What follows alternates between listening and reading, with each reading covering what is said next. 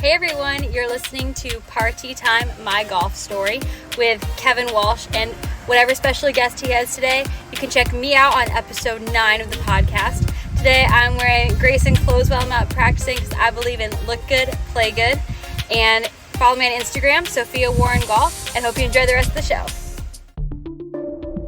It's Party Time, My Golf Story, brought to you by Party Drinks. Classically designed golf drinks for golfers by golfers. And the golf real estate pros Gene Walsh and Vince Vizzacaro. For your Southwest Florida real estate needs, check them out at suncoastdreams.com. Now here's your host, Kevin Walsh. Hey everybody, welcome to the program. Oh, by the way, he's back.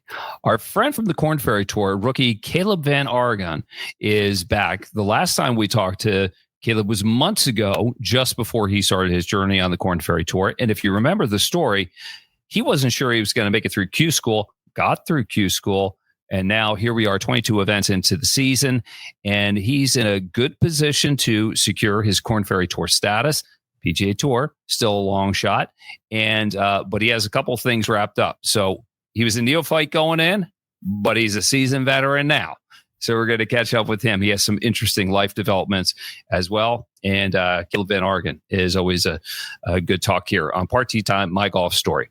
By the way, if you haven't subscribed to the program, would you please do so? That helps us with the bean counters. Very important with the algorithms on YouTube, Spotify, Apple, all those different things. And it also helps our title sponsors.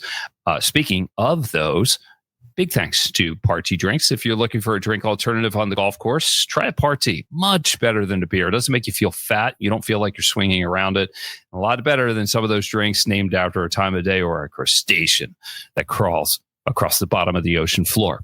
If your golf dreams, if your living dreams revolve around living in a golf resort community like Lakewood National Golf Club, where this podcast originates from in the greater Sarasota area, nobody better than the golf real estate pros, Vince Vizzacaro, Gene Walsh, and Samantha Walsh to help you out. They're all based at Lakewood National Golf Club. Great time to buy. It is a buyer's market. So if you want to get a head start on retirement, no better time to do it right now. And if all that golf has got you worn out and you need a place to unwind, maybe get a massage, get a cold water plunge, get a hot tub, get some red light therapy in sauna or whatever you want. BioLit Spa in downtown Sarasota is the place for you to go. All right. So that's it with the housekeeping. Caleb VanArragon, good to see you, my man. You looked like a fresh daisy a few months ago, and now you're a grizzled professional, touring professional and everything. How have you been, my man? Oh, I've been good. It's good to be back here, though. I'm glad I still have status. I'm glad I'm still here. So yeah, it's good to be back.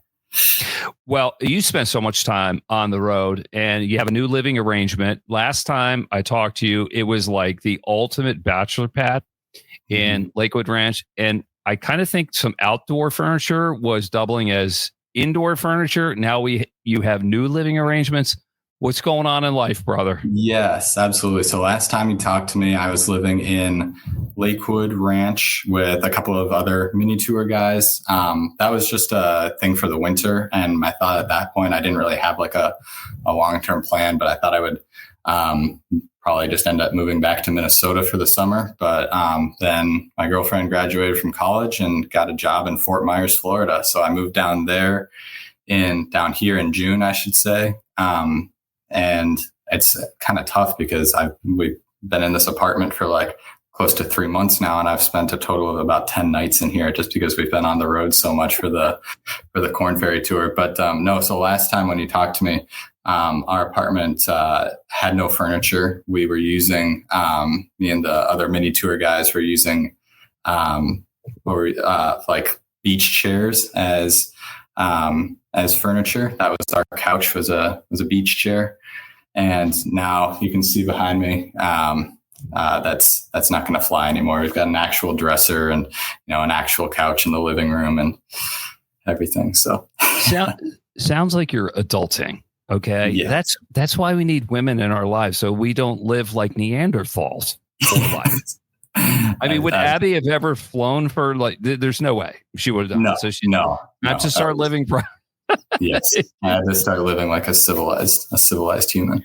Good for you. Did you see the dog crash our podcast there? Yes, that was awesome. Was that? Yeah. Well, we got a little weather going on. 2 dogs in my house. Well, we got a like temporary dog that's Maggie, and she's afraid of the weather, and so she actually jumped up on the table and crashed the podcast.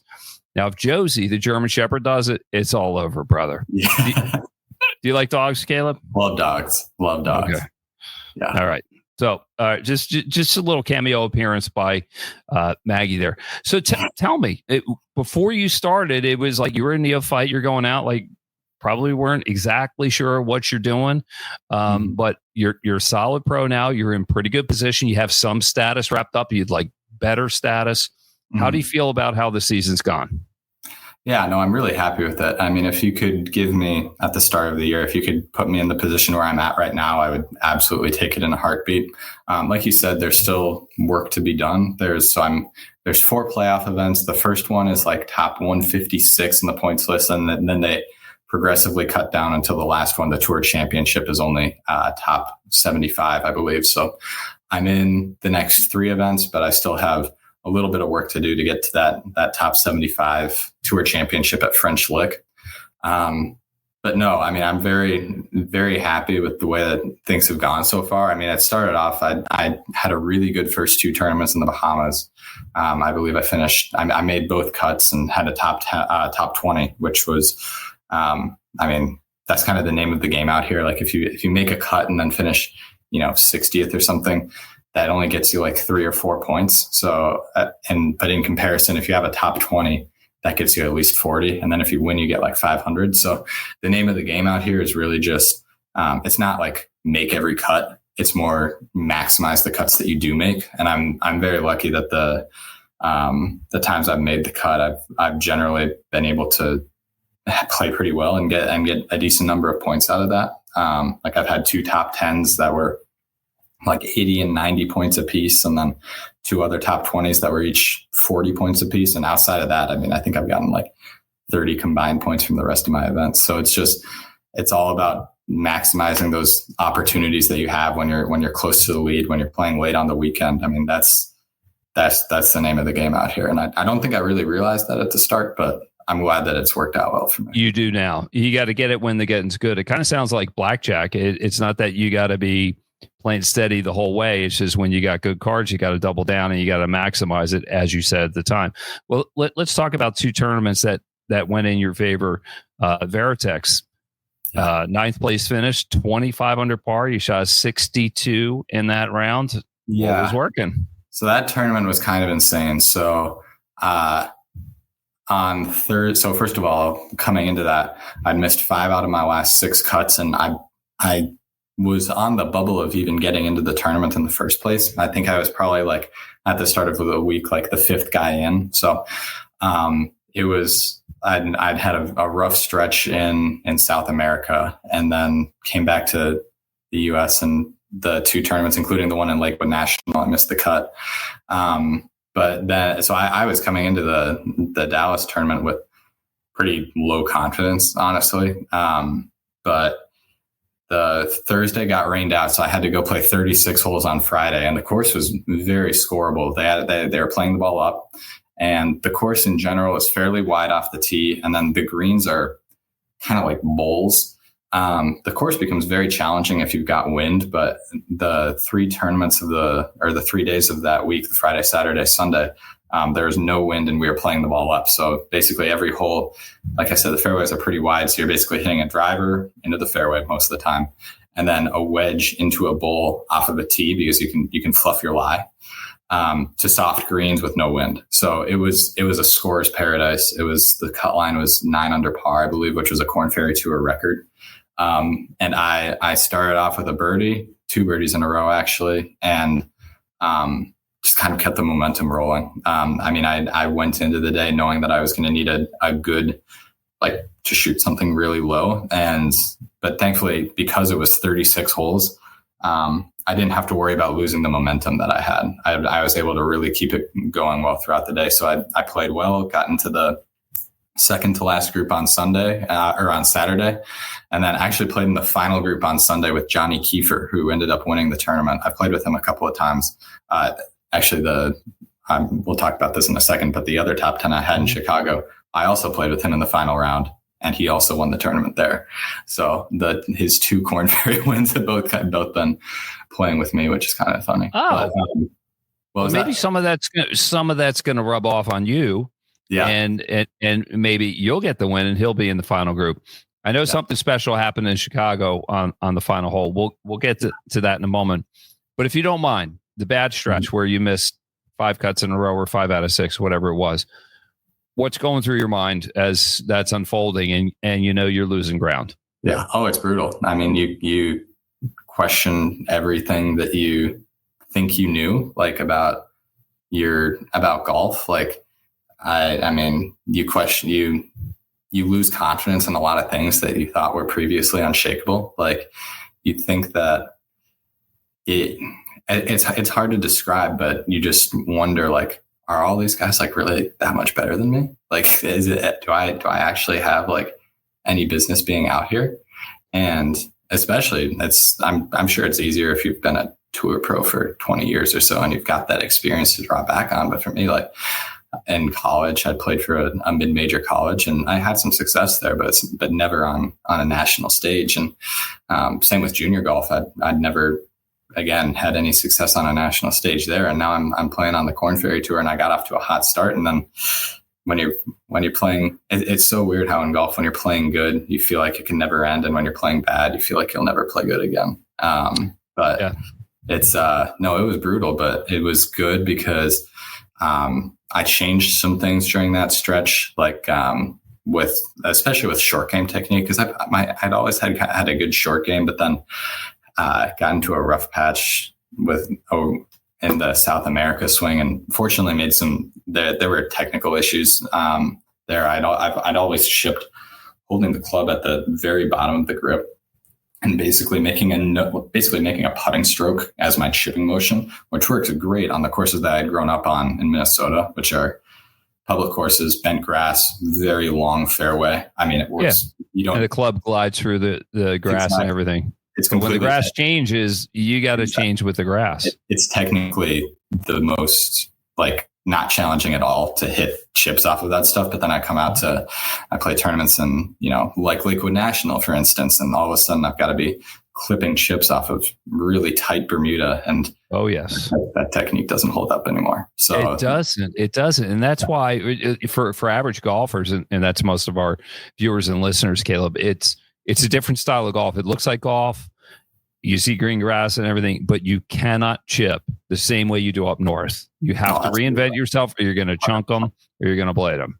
Continue, absolutely. And my issue too was when you choke down all the way and don't have any wrist action, it's really easy with the pattern that most yippy chippers I've noticed is they tend to take the club back very short and have to accelerate into the ball. So I developed, I wouldn't say that chip yips, but it was very poor chipping because I had gotten a little bit too short, was trying to and accelerating through. So the change that I made, and it was really beneficial for addressing like contact off of Bermuda, but also just generally chipping the ball well. So gripping it all the way at the end of the handle and feeling like my chipping was more body dominated and having soft wrists, allowing the wrist to break a little bit. But it used to be just an armsy, like putting stroke type motion. Yeah. And that's a killer for chipping under pressure. And when you feel like you have to accelerate with your arms through it, it just doesn't hold up. So it's so interesting to hear you explain it because you're a solid pro, but you almost sound like you're an amateur in describing how it felt and what you were going through, but you got to fix. All right. That's the good part. Then you had another real good fit. Well, Chicago, the N5 Invitational, 21 under par. I mean, that wins on most PGA Tour events, not necessarily on the Korn Ferry Tour. Yeah. What happened on the 18th hole? So it was a good, really fun week for me because I went to college at Valparaiso University, which is like an hour outside Chicago, and that tournament's in Chicago. So I had bunch of people from college show up, a bunch of college teammates. Abby actually flew up. Her family was there. My family was there because it's the most central location for, Minnesota, Michigan, Indiana, all that area. So I had probably like 20, 30 like people just coming out to watch me, which I've never had that many before. And that's cool. So that was really fun. And then on top of that, I was playing in the final group again with Johnny Kiefer, naturally. And so we had a bunch of people following us. So it was pretty nervy. I would say I was probably a little less nervy than Dallas because I'd done it before. But there was still the added pressure. Like, I don't want to say pressure, but I really wanted to play well because I had so many people out there to watch. And the first 17 holes were just a nightmare. I only made one birdie and 2 bogeys on a golf course where the scoring average every round was like 3 or 4 under par. It was a little bit like Dallas, except with fairly wide fairways, soft greens. It was a perfectly conditioned course. Like the fairways were nice and running, and the greens were nice and soft, so you could stop wedges. So it was a scorer's paradise again, and I just could not get anything going. Like all my wedges would end up like 15 feet away, and then I'd burn the edge on the putt, it felt like. And then I actually dropped out of I think I was in 15th place coming up 18 and hit a good drive. It went in the rough by like a foot. I was like, come on, lay up. It's a par 5. And I had a 112-yard wedge shot in. And I literally told my caddy, I swear I said this. He was like, yeah, if we make a birdie, we're in the top 10. I swear I said, if I hole out, we're pretty much set for the year. And then I hold the wedge shot from 112 yards. It skidded and went in. And I threw my club. It was like the coolest moment of my life. That is so cool. And so what that meant, it meant a lot of money. The difference between where, making eagle and birdie was worth how much?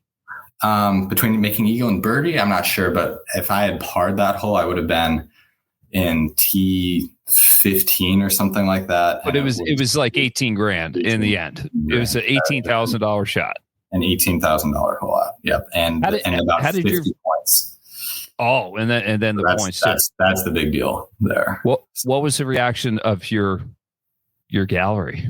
They went kind of crazy. It was so cool. And it's the 18th hole, so there's a big grandstand, and it was the last group, so it was pretty much full. And it's a really, really good finishing hole. It's a little bit like a smaller version of 18 at TPC Twin Cities. That's like 10 minutes from my house in Minnesota. So it's a par 5 with a pond all the way like short right, and then you got a layup off to the left, and they've got like hospitality stuff down the left. So a lot of people watching there, and then everyone crowding around the green long and off to the left, and then pond short. It's a really, really good dramatic finishing hole. So it was cool.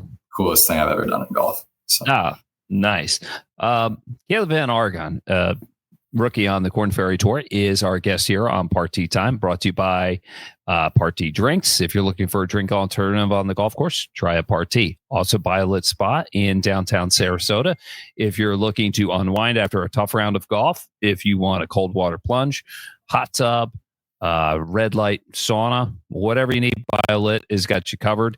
And also the Golf Real Estate Pros. If your dream is to live in a golf real estate community like Lakewood National Golf Club here in the greater Sarasota area, nobody better than the Golf Real Estate Pros of Vince Visicaro, Gene Walsh, and Samantha Walsh. Good time to buy.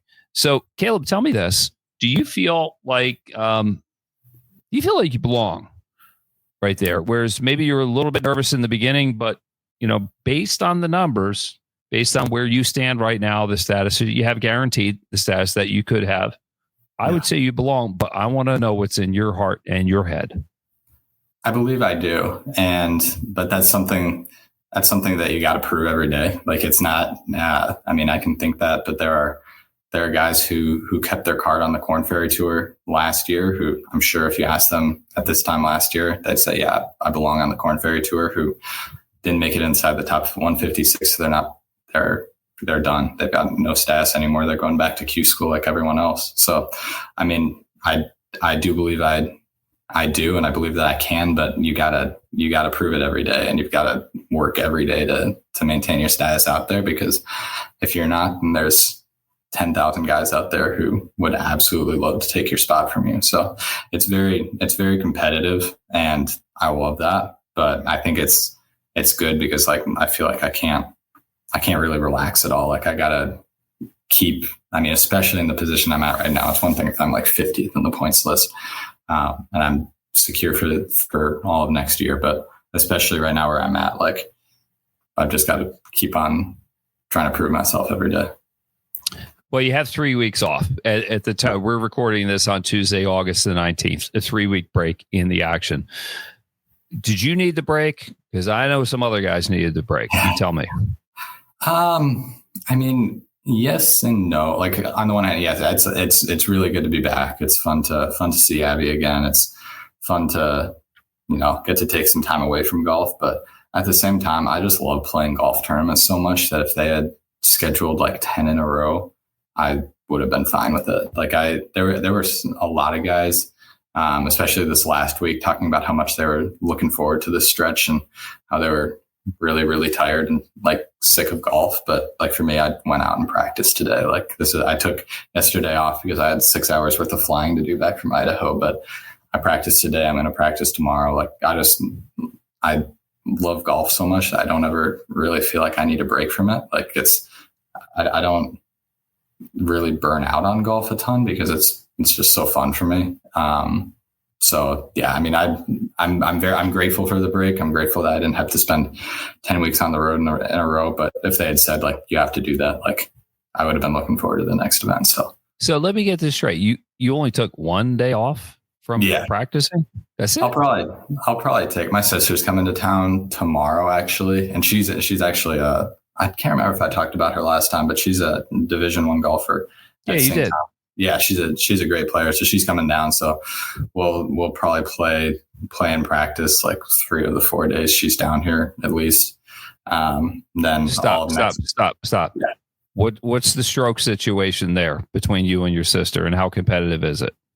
I'm sure it'll be pretty competitive. We actually haven't played in a little while because last summer I was basically always traveling at playing mini tour stuff, and basically whenever I was back in town, it seemed like she was like working there, playing one of her amateur tournaments. So I don't know. I mean, I think if we just get the tees right, we can have an even match without straight up. Okay, we can probably play straight up. You played all the way back. Would she play like the regular men's tees, or maybe even a little bit back of that? I think regular men's tees would be pretty fair. Mm-hmm. Yeah, she's got a very good distance for a female golfer. She probably carries it like 240, I would say. So that's good. She does not, and with a little draw, so it rolls out a little bit. So, you're not exactly short off the tee yourself. Although by tour standard, you're going to tell me you are a little bit. You average 301 off the tee. Tell me this: have you had a couple like, holy smokes, welcome to major professional golf based on the distances guys were hitting it? And if that's happened, who were they?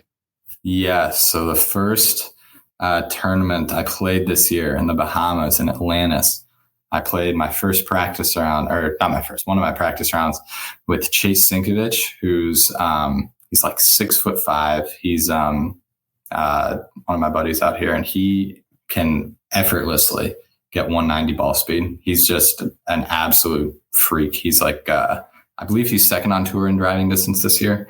So what are we talking in terms of yards? Because not everybody gets the ball speed stuff. I know that's very high.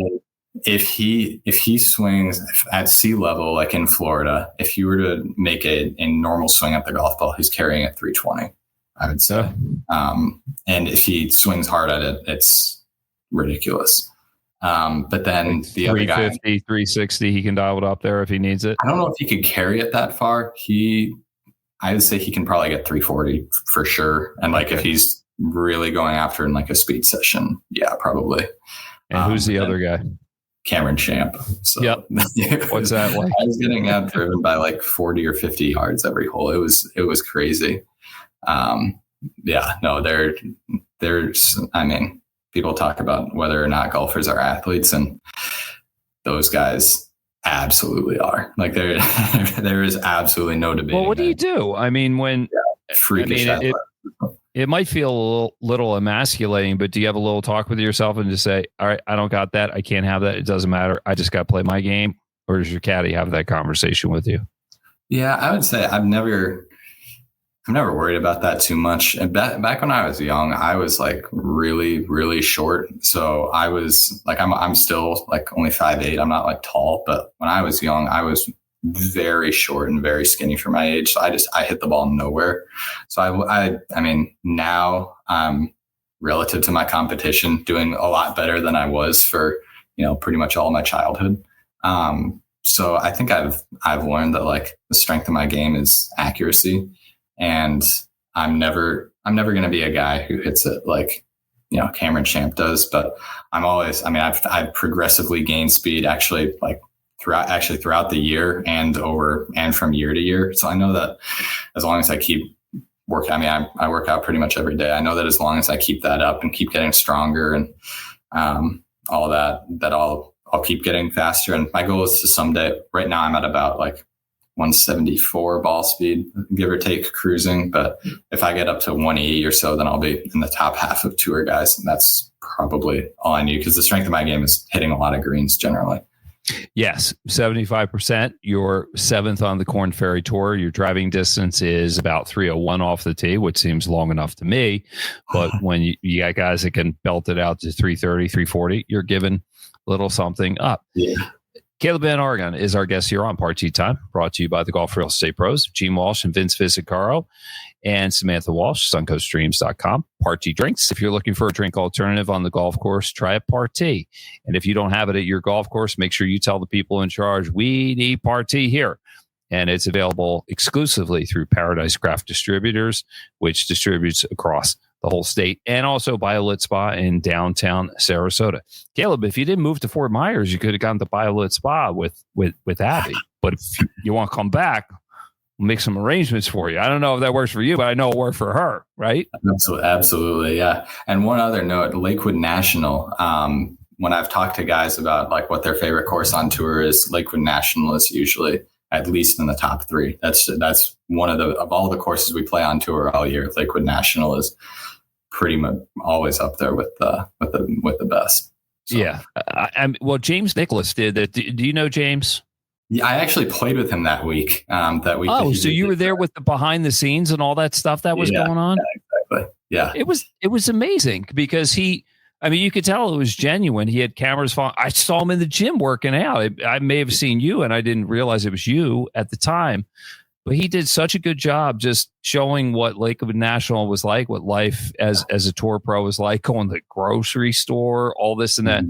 But he's kind of got like he sort of has the personality to pull that off, doesn't he? Yeah, no, he's such a fun guy to play with, because I played with him there, played with him in Argentina, was it? And no, we're all very grateful for what he does, because I've got teammates who watch his videos back in Valpo, and the publicity that he gives to our tour and just giving people an idea of what we do is we all really appreciate it. And he's a lot of fun to play with too. But it's also, the stuff that Lakewood National has just in terms of the practice facilities, that range is massive, and the like 2 putting greens, huge short game area.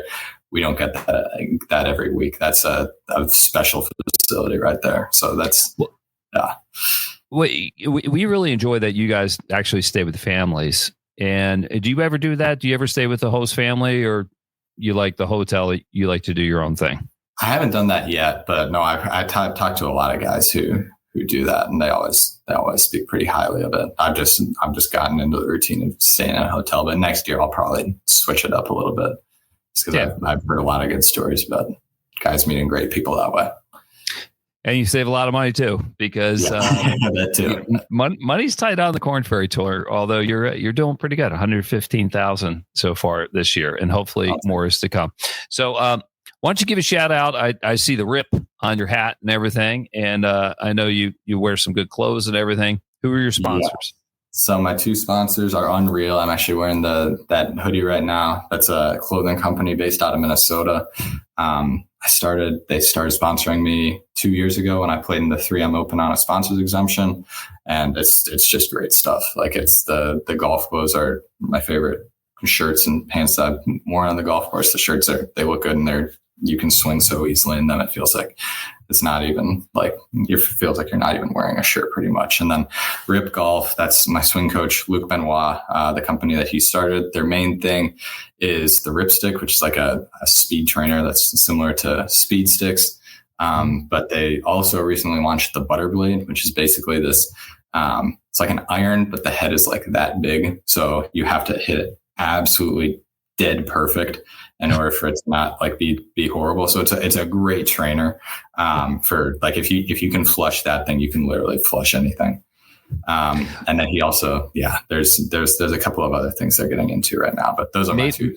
Maybe I need that, what you're describing there, because I ditched my blades. I got rid of the Mizuno blades. It was time. I can't hit them anymore. I mean, that ship has sailed. But maybe if I get one of the Rip Golf trainers, maybe I can get back to them, because that's how real golf ought to be played. I just don't got it anymore.